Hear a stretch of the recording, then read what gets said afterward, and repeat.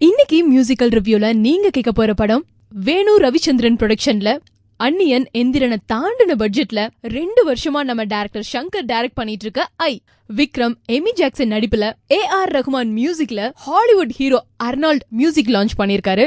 இந்த படத்தோட முதல் பாட்டு நம்ம கபிலன் சார் எழுதியிருக்க மெர்சல் ஐட்டம். அனிருத் ரவிச்சந்தர் நீதி மோகன் பாடியிருக்க இந்த பாட்டை கேட்ட உடனே மெர்சல் ஆயிடுவாங்க.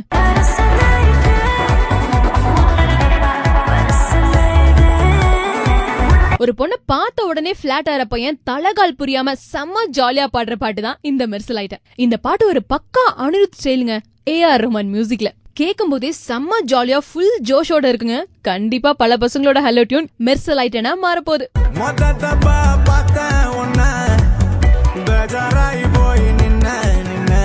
அடுத்த பாட்டு கபிலன் சார் வரிகள்ல சித் ஸ்ரீராம் சுனிதா சாரதி பாடியிருக்க என்னோடு நீ இருந்தால்.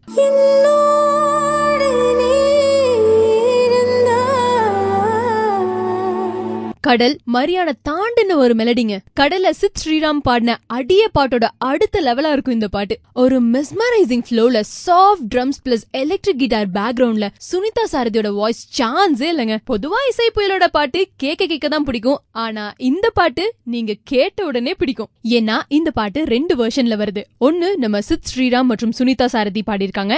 இன்னொரு வெர்ஷன் நம்ம சின்மயி வாய்ஸ்ல. கேட்கவா வேணும். கன்னத்தில் முத்தமிட்டால் பாட்டுக்கு அப்புறமா இந்த பாட்டு தாங்க.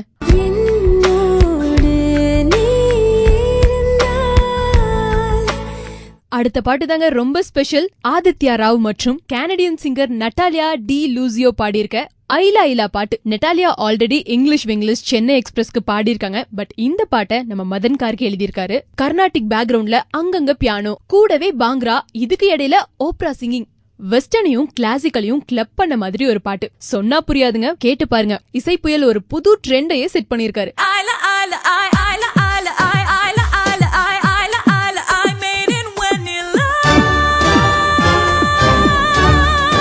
இந்த படத்துல சியான் விக்ரம்க்கு இன்ட்ரோ சாங் இருக்கா இல்லையான்னு தெரியலங்க. ஆனா எமி ஜாக்சனுக்கு செம்ம கிளாஸியான ஒரு பாட்டு. ஒரு கிராமத்து பொண்ணோட அழக செந்தமிழ்ல மதன் கார்கே எழுதியிருக்காரு. அதையே ஒரு DJ மிக்ஸ்ல இன்டர்நேஷனல் ஸ்டைல்ல AR ரஹ்மான் கொடுத்திருக்காரு. 2 எக்ஸ்ட்ரீமும் கலந்த ஒரு பாட்டு தான்.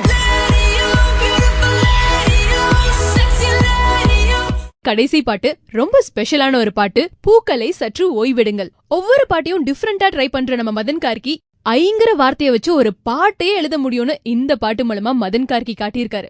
இதுக்கு உயிர் கொடுத்திருக்கிறது நம்ம ஸ்ரேயா கோஷல், ஹரிச்சரனோட வாய்ஸ். சிங்கர்ஸ் அவங்களோட ஃபுல் திறமை அந்த பாட்டுல காட்டட்டும், நான் எதுவுமே டிஸ்டர்ப் பண்ண மாட்டேன்னு சொல்லி நம்ம AR ரஹ்மான் மைல்டா ஒரு பேக்ரவுண்ட் கொடுத்திருக்காரு. இத பெர்ஃபெக்ட்டா யூஸ் பண்ணி ஹரிச்சரனும் ஸ்ரேயா கோஷலும் ஒரு அட்டகாசமான பெர்ஃபார்மன்ஸ் கொடுத்திருக்காங்க. ஐ சாங்ஸோட ஹிட் லிஸ்ட்ல கண்டிப்பா இந்த பாட்டுக்கு ஒரு ஸ்பெஷல் இடம் இருக்கு.